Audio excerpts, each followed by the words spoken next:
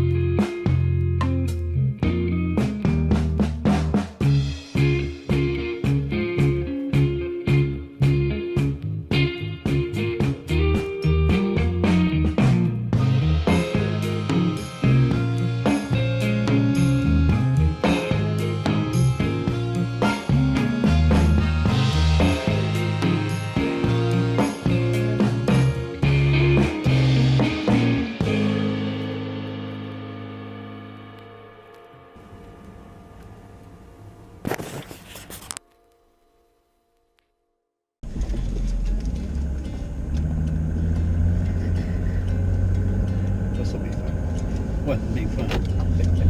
Huh? What? Turkey. I love turkey. My favorite. Oh, cool.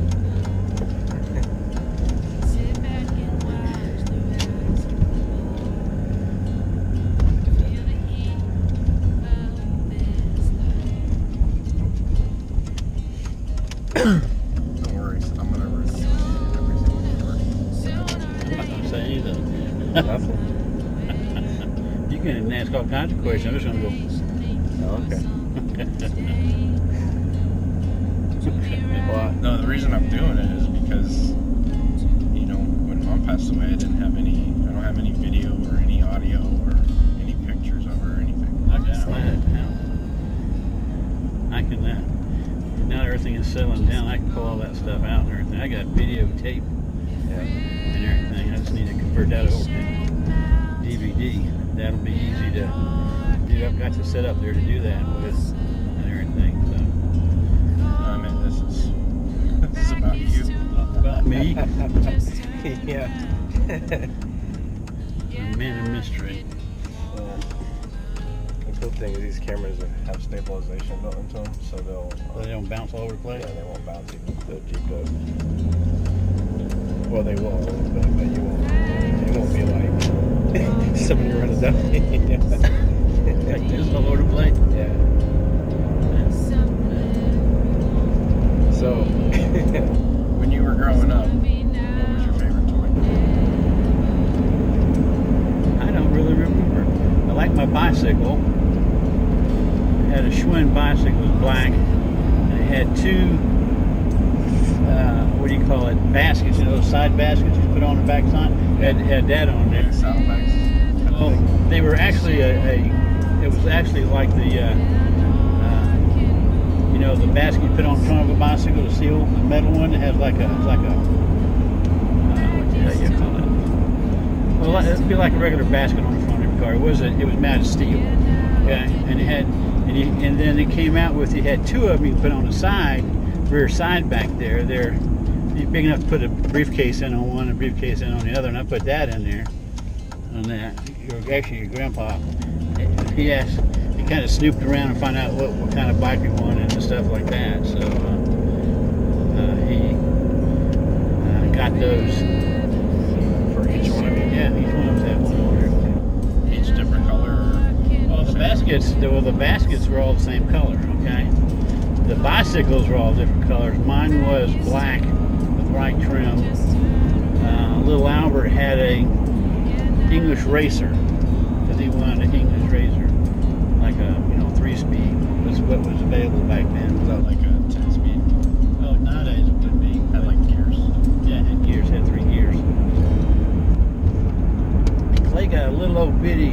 Western Auto Special. It was metallic red.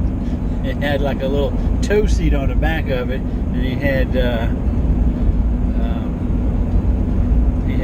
like training wheels on it and stuff. And your grandma kids, well, he's going to kill himself on that. He's going to kill himself on that thing. Well, little Labrador went over and took one of the training wheels off, so he's only balanced on one side. Right? He'd just go turn in one direction. No, he go straight. It's just that it kept you from tilting or flipping off, or falling over to the left. You could fall over to the right because that way you can fall off the road. Okay, but you could take it and do it that way. Eventually, one day we were out there arguing. Little Albert arguing about Clay. I said, he's ready to ride that bicycle. We need to take that. No, he's not. No, he's not. Finally, one day, we got to it. I said, I bet you he can't. He said, I bet he can. I said, let's take the wheel off and find out. Well, we took it off, got him on the bicycle, gave him a shove. That little sucker ran around the block 10 times. Pedaling like crazy. He just laughing and screaming. Hey, having a good old time, So, but he had a ball on it and stuff.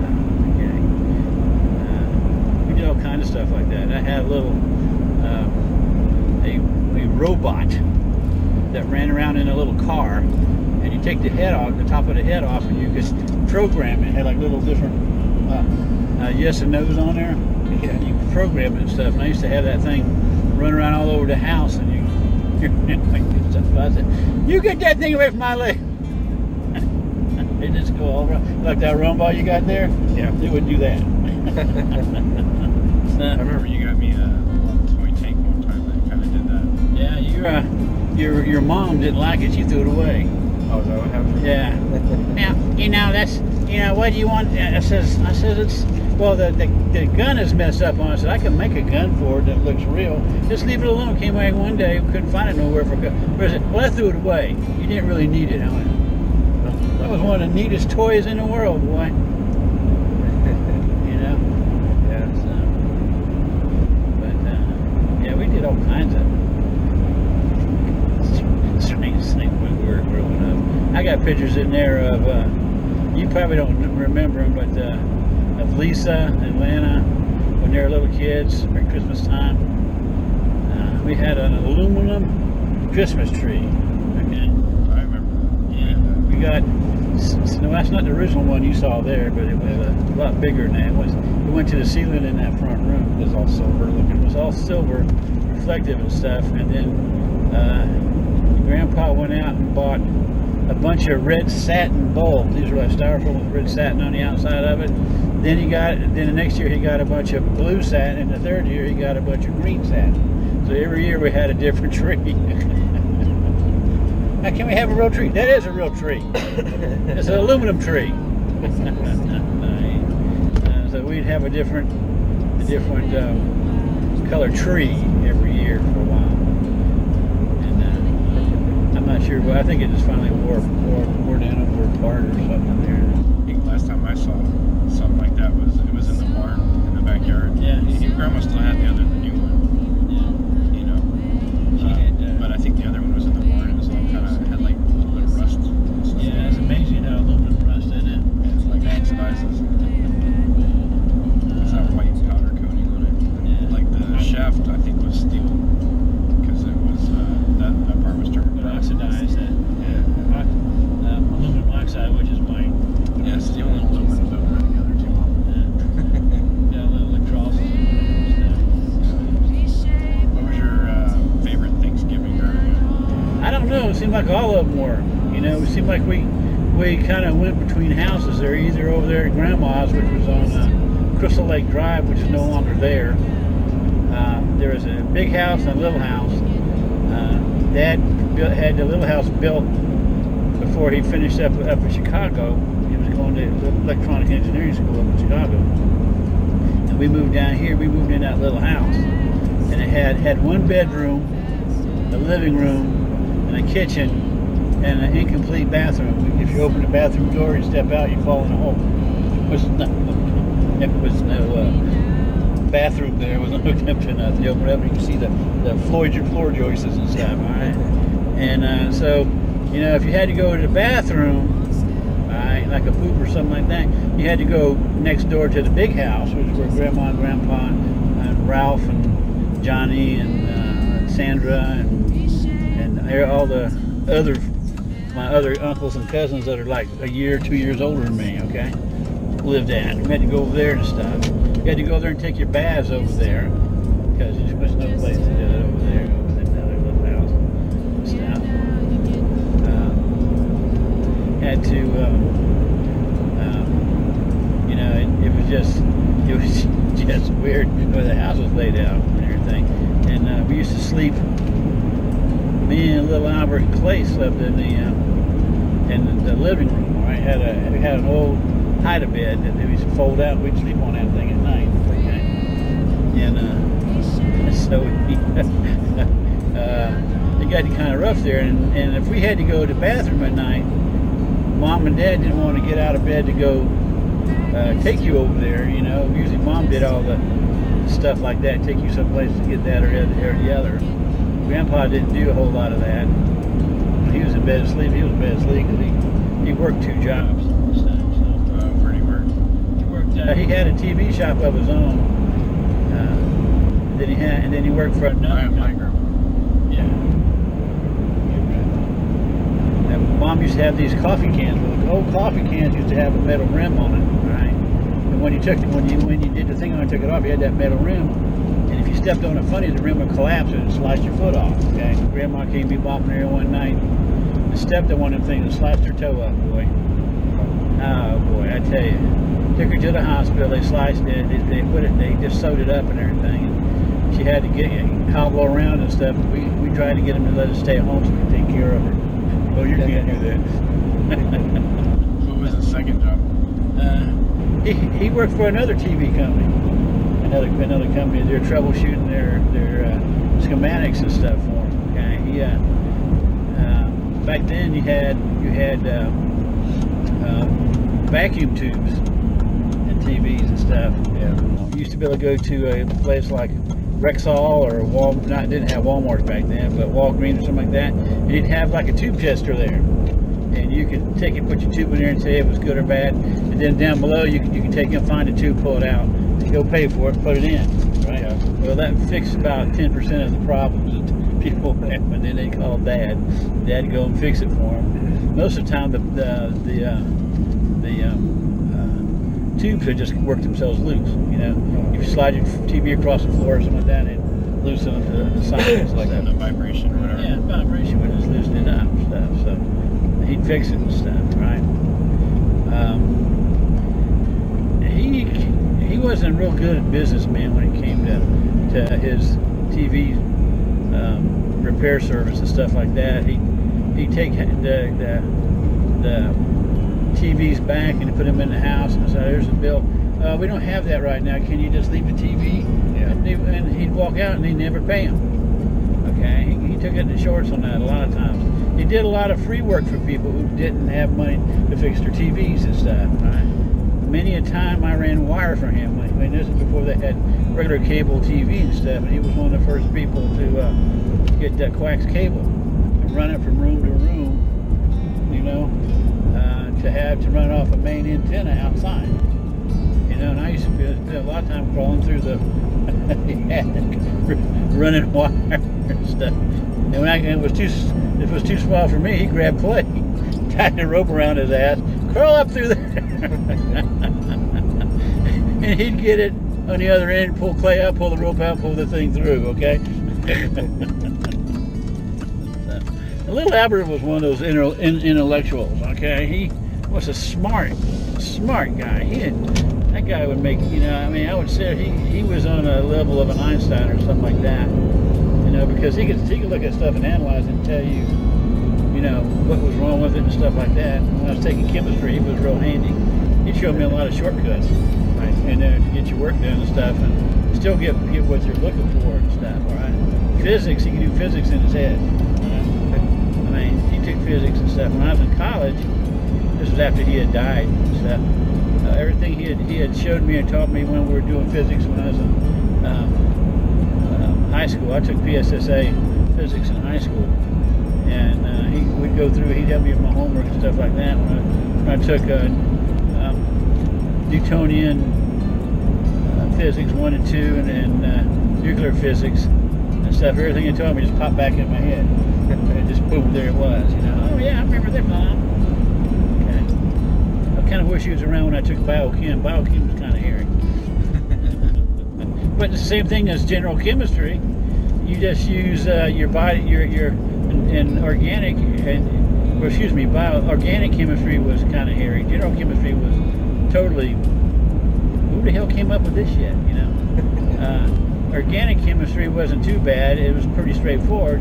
Biochem was simple because you had the same reactions in biochem that you have in organic chemistry. The only thing is, with biochem, you use enzymes. There's not as many chemicals. There's not as many chemical reactions to worry about, and it runs, and you don't have to have a lot of heat and a lot of pressure like you do in organic. Okay, so theoretically speaking, if you can find an enzyme or a catalyst, you could do the same. You could make stuff that the body makes that you have to have a lot of real inexpensively and very fast. You know, I had when I was in college, I had 5 different organic chemistry professors. 2 of them died. You tell me something about what you were doing. Can't mess around with stuff. No. Right.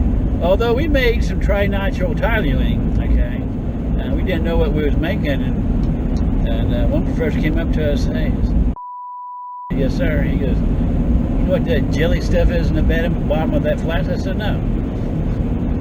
"Come here." Took a little bit on a little, like a tongue depressor. Took it outside. Got away from it. I said, "Come on, back up." I said, what are you doing?"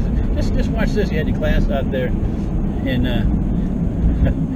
he took it and hooked the battery up to it and sparked it. Boom! Took the stump out of the ground about a 10-foot. I said, what you just made was trinitropytolylene, aka TNT. It's not that hard to do that. I went, gee, that's kind of neat. Don't think about it.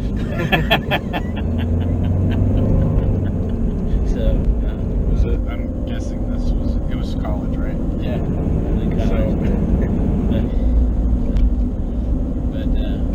But we used to do all kinds of strange things. We made those bombs. We made bombs, and we blew stuff up. We just tinkered a lot, you know, made a lot of stuff. I wonder what would happen if you did this. Now, back then, they had what they call a Gilbert chemistry set, okay? It had everything that a general chemistry lab had in it. Sulfur, everything in there. You could make an explosive. Clark acid.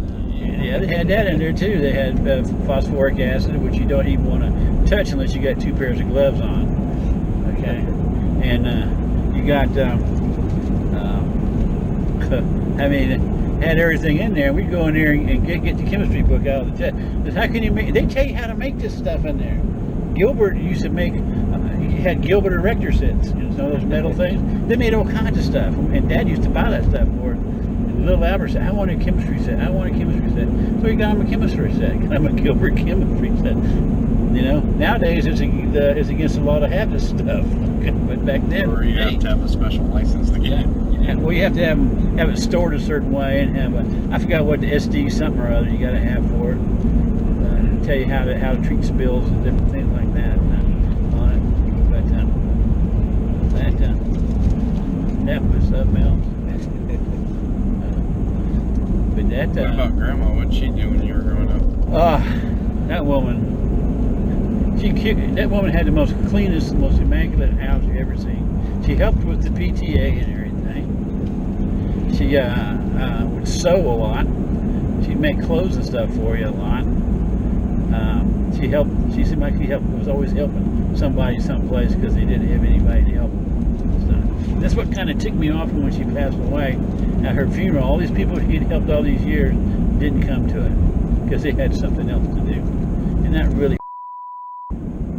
Really did. You know.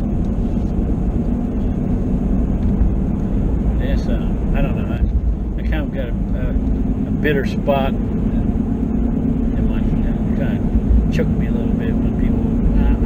I've already made plans. Cancel. So how are you gonna get a chance to say goodbye to somebody? You know. Yeah.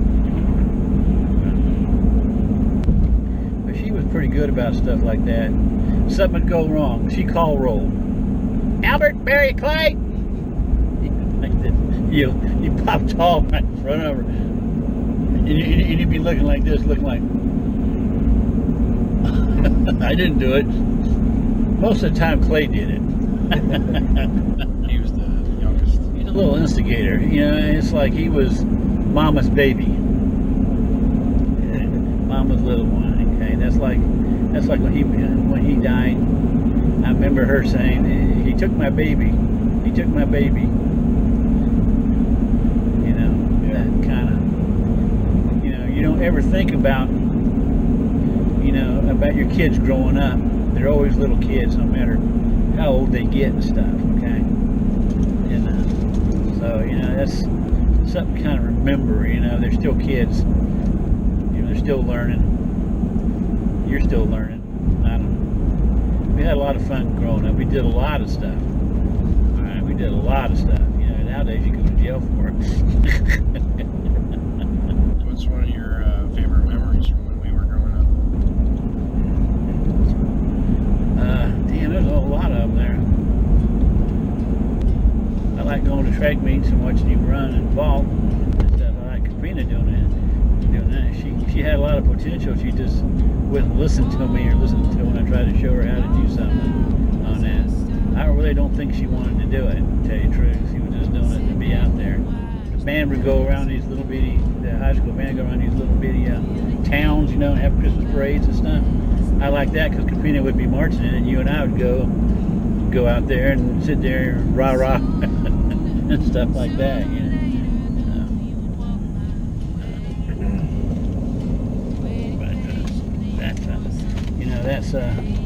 I liked it when we were we went out to Colorado out there, the Grand Canyon. That was a lot of fun.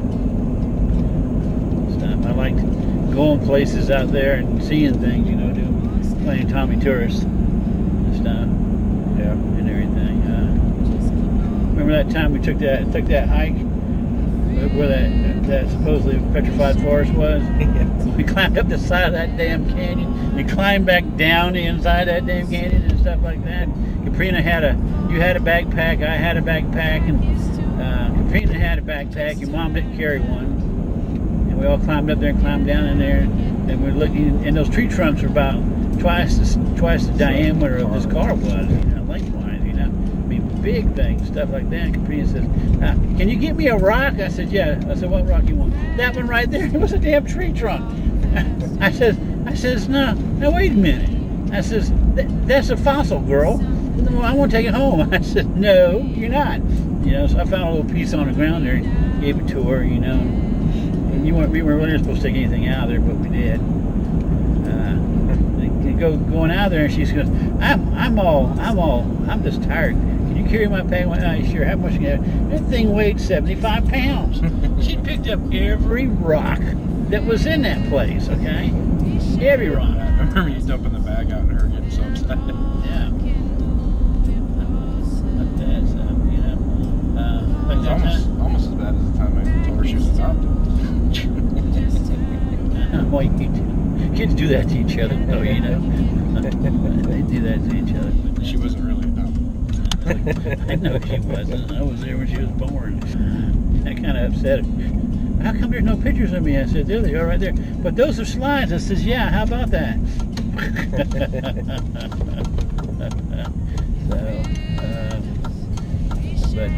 There was that time up there when we were up the housing area there in Louisville, Kentucky, all right? Yeah. And we went out there and found all them fossils up the top of that thing up there and everything. You know those big long things we found up there, big long piece of chunk. Yeah. It looked like something was like a snake or something like that. So.